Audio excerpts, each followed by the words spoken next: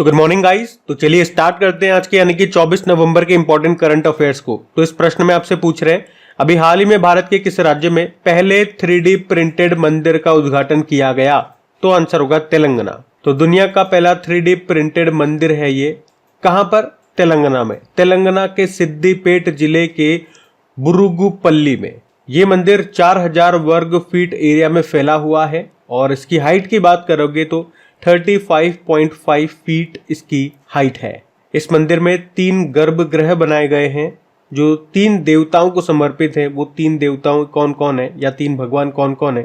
भगवान गणेश, भगवान शंकर और माता पार्वती। और देखो, ये प्रश्न मैं आपको पहले भी बता चुका हूं जब हमने पढ़ा था कि ये मंदिर बनाया जा रहा है, लेकिन अभी ये बनकर तैयार हो गया और इसका उद्घाटन कर दिया गया।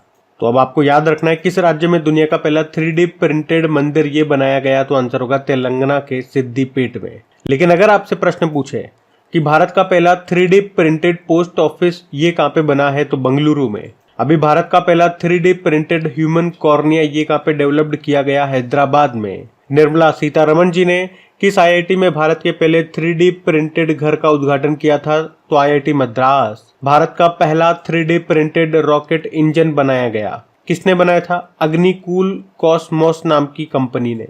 और 3D प्रिंटेड क्रायोजेनिक इंजन का भी सफल परीक्षण भी किया गया था, किसने? स्काईरूट एरोस्पेस ने। और दुनिया का पहला 3D प्रिंटेड रॉकेट, इसका नाम है टेरन 1। इसको किसने बनाया था? रिलेटिविटी स्पेस अमेरिकी कंपनी है। और आपको याद हो तो हमने पढ़ा था, इसको लॉन्च किया था पर ये क्रैश हो गया था। तो 3D प्रिंटेड से ये प्रश्न मैंने आपको और बताया, ये आपके न्यूज में थे सारे, इनको ध्यान में रखना आप। बाकी बात यहाँ पे तेलंगाना की है, तो ये रहा मैप में तेलंगाना। देखो, तेलंगाना की कैपिटल हैदराबाद है और अगर पूछे कि हैदराबाद किस नदी के किनारे स्थित है, तो मूसी नदी के किनारे। और तेलंगाना का निर्माण ये आंध्र प्रदेश से अलग होकर के हुआ था, कब? 2 जून 2014 को। वर्तमान में मुख्यमंत्री हैं के चंद्रशेखर राव और गवर्नर कौन है? तमिलिसाई सौंदरराजन है। आपको याद होगा 2024 में भारत में ई प्रिक्स का दूसरा संस्करण होगा हैदराबाद में। अभी तेलंगाना में बथुकम्मा फेस्टिवल, जिसे फूलों का त्योहार कहते हैं, वो मनाया गया था। और भारत का पहला सोलर साइकिल ट्रैक ये कहाँ पे बनाया है?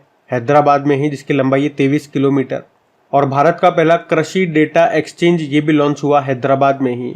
अभी ग्रीन सिटी अवार्ड मिला था हैदराबाद को।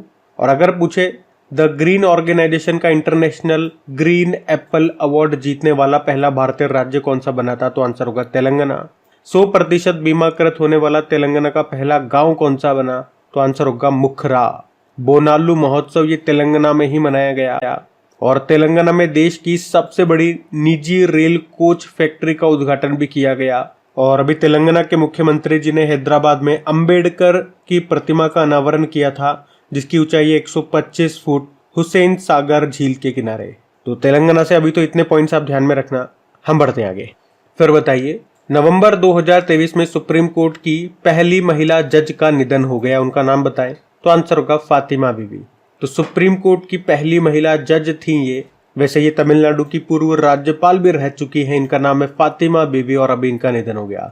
96 वर्ष की उम्र में अभी इनका निधन हुआ है। वे 1989 में सुप्रीम कोर्ट की पहली महिला जज बनी थी। और वे किस राज्य से थी? वे केरल राज्य से थी। आप यूं भी कह सकते हो वे देश की किसी भी हाई कोर्ट में पहली मुस्लिम महिला जज भी रही थी। नाम फातिमा बीबी है। अच्छा, मान लो इसी तरह अगर आपसे पूछा जाता कि हाई कोर्ट की पहली महिला जज कौन रही थी, तो आंसर होगा अन्ना चांडी रही थी, केरल हाई कोर्ट में। और हाई कोर्ट की पहली महिला चीफ जस्टिस कौन रही थी? लीला सेठ, हिमाचल प्रदेश हाई कोर्ट में। और वैसे सुप्रीम कोर्ट की पहली महिला चीफ जस्टिस कौन है? अभी तक तो कोई भी नहीं है, लेकिन फ्यूचर में बन सकती है बीवी नागरत्न। और वर्तमान chief justice of India DY Chandrachud हैं, 50वें नंबर के हैं। पहले कौन थे? हीरालाल जे कानिया थे। और अगर वर्तमान में बात करें कि भारत में टोटल अभी हाई कोर्ट कितने हैं, तो 25 है। 25वां बना था अमरावती हाई कोर्ट। और चंद्रा नायडू का नाम जानते हो आप? भारत की पहली महिला क्रिकेट कमेंट्रेटर थी, अभी इनका भी निधन हो गया। कंचन चौधरी भट्टाचार्य की बात करें तो देश की पहली महिला DGP थी, इनका भी निधन हो गया। और शारदा मेनन भारत की पहली महिला मनोचिकित्सक थी ये, इनका भी कुछ समय पहले निधन हो गया।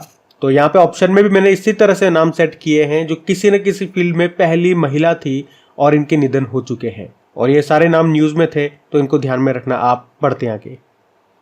चलिए फिर बताइए, अभी हाल ही में कौन यूनाइटेड नेशन लेखा परीक्षक पैनल का उपाध्यक्ष चुना गया? तो आंसर होगा गिरीश चंद्र मुर्मू को। वैसे तो आप जानते ही हो, भारत के कॉम्प्ट्रोलर एंड ऑडिटर जनरल यानी कि नियंत्रक एवं महालेखा परीक्षक कौन है? गिरीश चंद्र मुर्मू है। और इन्हीं को अभी 2024 के लिए संयुक्त राष्ट्र लेखा परीक्षक का उपाध्यक्ष चुना गया है। अच्छा, वैसे आपको याद होगा अभी कुछ समय पहले ही वर्ल्ड हेल्थ ऑर्गेनाइजेशन के बाहरी लेखा परीक्षक एक्सटर्नल ऑडिटर चुना गया था गिरीश चंद्र मुर्मू को ही। तो इस तरह से गिरीश चंद्र मुर्मू से संबंधित 3 प्रश्न आपके पास आ गए। हमारे कॉम्प्ट्रोलर एंड ऑडिटर जनरल कौन है? गिरीश चंद्र मुर्मू है।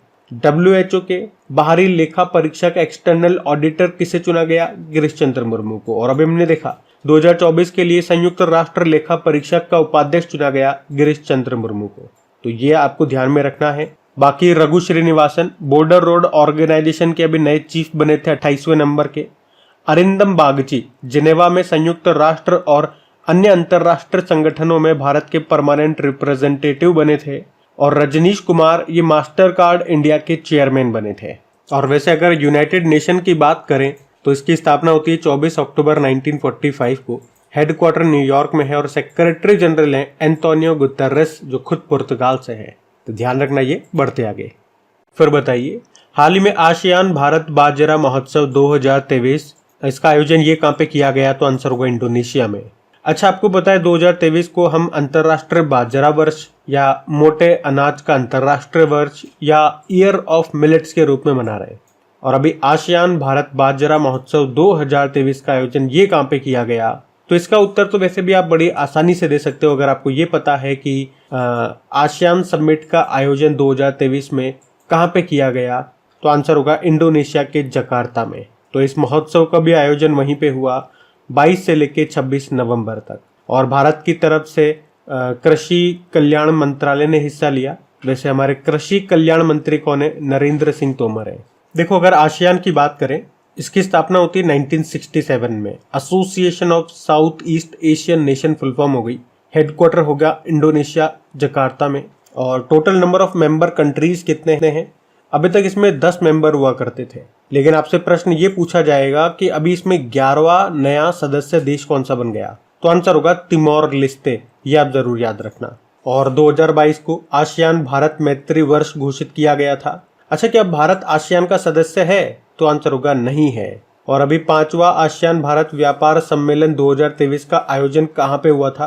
कुआलालंपुर मलेशिया में हुआ था। अभी आसियान भारत समुद्री अभ्यास का आयोजन भी हुआ था इसी साल सिंगापुर में।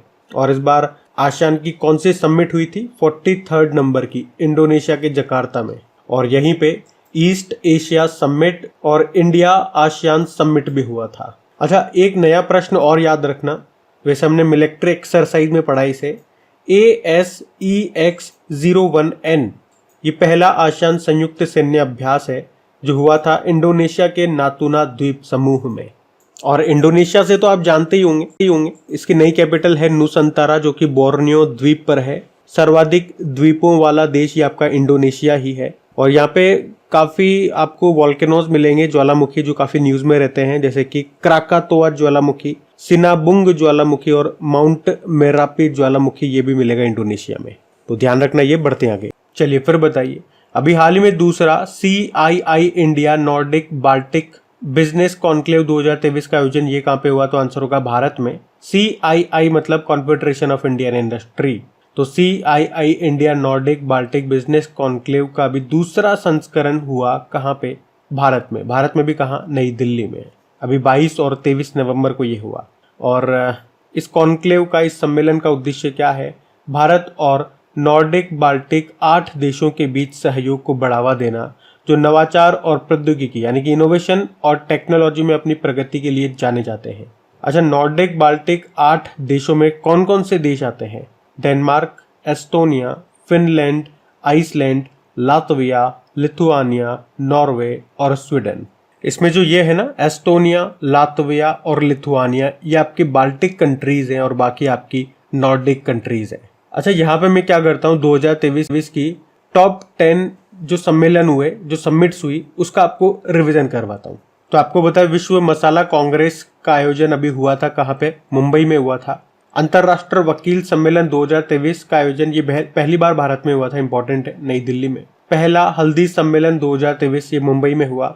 और हल्दी से याद रखना, अभी भारत सरकार ने आधिकारिक तौर पर राष्ट्रीय हल्दी बोर्ड की स्थापना कर दी है। ग्लोबल मैरीटाइम इंडिया समिट 2023 का आयोजन ये अभी मुंबई में हुआ था। वर्ल्ड हेल्थ समिट 2023 का आयोजन जर्मनी बर्लिन में हुआ। वर्ल्ड बैंक विकास समिति की 108वीं बैठक मोरक्को के मर्राकेश में हुई। इंटरनेशनल ओलंपिक कमेटी का 141वां सत्र ये भारत के मुंबई में हुआ।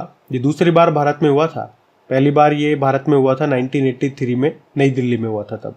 और 27वें विश्व सड़क कांग्रेस का आयोजन प्राग चेक रिपब्लिक में हुआ। भारत किस स्थान पर पहली बार पेटा ट्रेवल मार्ट 2023 की मेजबानी करेगा? नई दिल्ली में। पेटा मतलब पैसिफिक एशिया ट्रेवल एसोसिएशन। और अभी कॉमनवेल्थ पार्लियामेंट्री एसोसिएशन का 19वां सम्मेलन हुआ था सिक्किम में, जिसका उद्घाटन खुद हमारे लोकसभा अध्यक्ष ओम बिरला जी ने किया था। तो ये 2023 के इम्पोर्टेंट समिट्स हैं, इनको ध्यान में रखना। बढ़ते हैं आगे। फिर बताओ, हाल ही में 16वीं विश्व वुशु चैंपियनशिप किस देश में आयोजित हुई? तो आंसर होगा अमेरिका। तो वर्ल्ड वुशु चैंपियनशिप 2023 इस बार ये इसका 16वां संस्करण है, जिसका आयोजन कहाँ पे हुआ? टेक्सास, अमेरिका में। और इस चैंपियनशिप में टॉप पे कौन सा देश रहा? तो आंसर होगा चाइना। वैसे इसमें भारत ने 1 सिल्वर और 2 ब्रॉन्ज मेडल जीते। और ये 1 सिल्वर कौन लेकर के आया? तो रोशिबिना देवी सिल्वर मेडल लाई है इसमें भारत के लिए। वुशु, ये वुशु कौन सा गेम है? ये आप कह सकते हो एक तरह का चाइनीज मार्शल आर्ट है वुशु।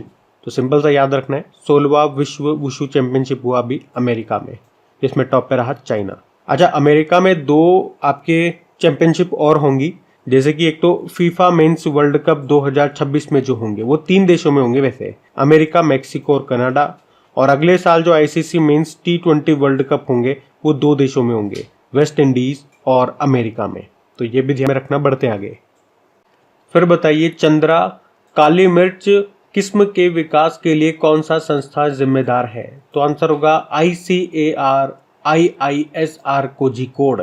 इसकी फुल फॉर्म होती है Indian council of agricultural research, और IISR की होती है Indian institute of spices research. तो अभी भारतीय मसाला अनुसंधान संस्थान कोझिकोड ने IISR चंद्रा नाम से काली मिर्च की अधिक उपज देने वाली एक किस्म डेवलप्ड की है।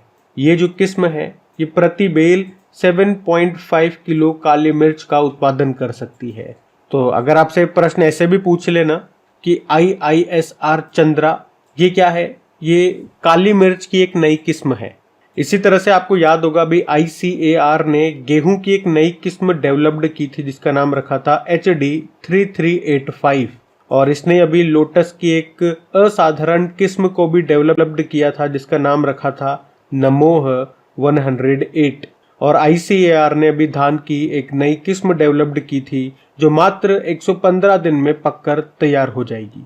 देखो, ICAR की फुल फॉर्म आपने कहा Indian council of agricultural research. स्थापना होती है 1929 में और इसके डायरेक्टर हैं हिमांशु पाठक। तो ध्यान रखना ये। बढ़ते आगे। चलिए फिर बताइए, अभी हाल ही में जम्मू कश्मीर के किस जिले के केसर को GI टैग दिया गया? तो आंसर होगा किश्तवाड़। तो अभी जम्मू कश्मीर के किश्तवाड़ जिले के केसर को GI टैग दिया गया है। किश्तवाड़ जिले के पहाड़ी क्षेत्रों में केसर की खेती की जाती है और ये किश्तवाड़ की सबसे महंगी खेती है। आपको बता दूं, किश्तवाड़ का जो ये केसर है ये दुनिया में सबसे शुद्ध केसर माना जाता है। वैसे इससे पहले भी आपको याद हो तो जम्मू कश्मीर के कश्मीरी केसर को भी GI टैग दिया गया था। GI मतलब जोग्राफिकल इंडिकेशन। यह अधिनियम है 1999 का, लागू हुआ 2003 में। पहली बार मिला था 2004 में दार्जिलिंग टी को, जो कि पश्चिम बंगाल की। वैसे आपको याद हो तो अभी जम्मू कश्मीर के बसोहली पश्मीना क्राफ्ट को भी GI टैग मिला था।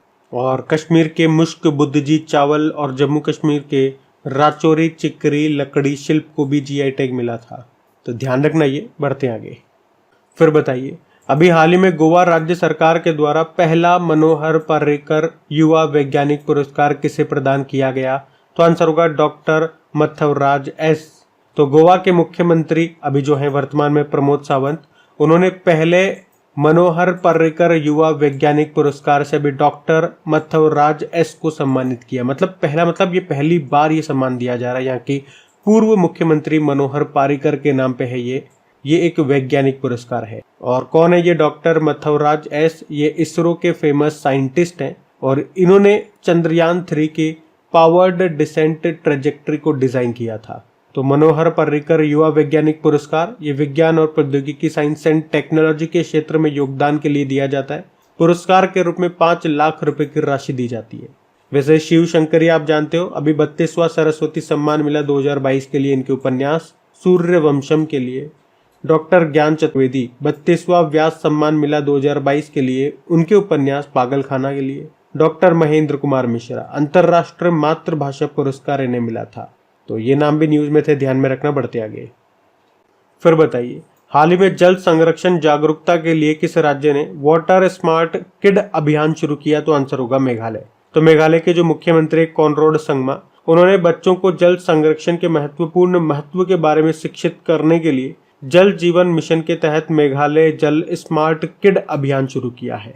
अच्छा, जल से आपको याद आएगा, अभी जल बजट पेश करने वाला पहला राज्य कौन सा बना था? तो आंसर होगा केरल। और जल मंत्रालय ने पहली बार जल निकाय मतलब वाटर बॉडीज की गणना की थी। और सबसे ज्यादा जल निकाय ये कहाँ पे पाए गए? पश्चिम बंगाल में। और सबसे कम मिले हैं सिक्किम में। और एक जल दोस्त एयरबोट याद रखना, ये झीलों से खरपतवार हटाने के लिए इसे लॉन्च किया था। कहाँ पे लॉन्च किया था? बंगलुरु में। और एक जल दूत एप्लीकेशन याद रखना, ग्रामीण विकास मंत्रालय ने लॉन्च किया था इसको, पानी की समस्या को दूर करने के लिए। अब आप लोग मुझे बताना, वर्ल्ड वाटर डे हम कब मनाते हैं? तो गाइज ये था आज का आपका करंट अफेयर्स का सेशन। कैसा लगा आपको सेशन? कमेंट करके जरूर बताइएगा। और वीडियो को अभी तक आपने लाइक नहीं किया तो प्लीज वीडियो को लाइक जरूर कीजिए, ताकि हमारा जो वीडियो के लाइक का टारगेट है 5000 लाइक का, वो जल्दी पूरा हो सके। अगर सेशन पसंद आता है तो जरूर कीजिएगा और अपने दोस्तों के साथ में इस वीडियो को शेयर जरूर करना है आपको, क्योंकि आपके इन वीडियो की प्रैक्टिस के लिए, इन क्वेश्चंस की प्रैक्टिस के लिए क्विज बना दी गई है क्रैक एग्जाम एप्लीकेशन पे। वो बिल्कुल फ्री है, पीडीएफ भी आपको वहीं पे मिल जाएगी फ्री में। कहां पर है? क्रैक एग्जाम एप्लीकेशन का लिंक नीचे डिस्क्रिप्शन बॉक्स में है। चलो अभी कल के करंट अफेयर्स का भी मैं आपको क्विक रिवीजन करवा दूं, फिर सेशन एंड करते हैं। तो पहला प्रश्न पूछा था 2024 में मेंस अंडर 19 विश्व कप का आयोजन ये कहाँ पे किया जाएगा? साउथ अफ्रीका में। फिर पूछा पश्चिम बंगाल ने ब्रांड एम्बेसडर बनाया सौरव गांगुली को। विश्व टीवी दिवस मनाया गया 21 नवंबर को। फिर पूछा अभी वर्ल्ड बिलियर्ड्स चैंपियनशिप 2023 का खिताब जीता पंकज आडवाणी ने। गुजरात सरकार ने किस मछली को स्टेट फिश घोषित किया? घोल फिश। और लाइबेरिया के नए राष्ट्रपति बने जोसेफ बोकाई। अभी नवंबर में ही संयुक्त सैन्य अभ्यास ऑस्ट्रिया हिंद 2023 का आयोजन ये कहाँ पे हुआ? तो आंसर होगा पर्थ, ऑस्ट्रेलिया में। और पूछे किस देश ने दुनिया का सबसे बड़ा एकल साइट सौर ऊर्जा संयंत्र का उद्घाटन किया? यूनाइटेड अरब अमीरात। और फिर पूछा राष्ट्रपति जी के द्वारा नए भारत के लिए नए शिक्षा अभियान को कहाँ पे शुरू किया गया? संबलपुर, उड़ीसा में। फिर आखिरी प्रश्न पूछा था पंजाबी साहित्य के डाहन पुरस्कार से सम्मानित होने वाली पहली महिला बनी दीप्ति बबूता। चलो अभी कल का होम प्रश्न भी देखते हैं और सेशन एंड करते हैं। तो कल की वीडियो में पूछा था इसरो ने मिशन गगनयान के लिए किस क्रू एस्केप मॉडल का सफल परीक्षण किया था? तो आंसर होगा TVD-1। आप सभी ने प्रश्न का बिल्कुल सही उत्तर दिया। अब ये आज का आपका होमवर्क प्रश्न।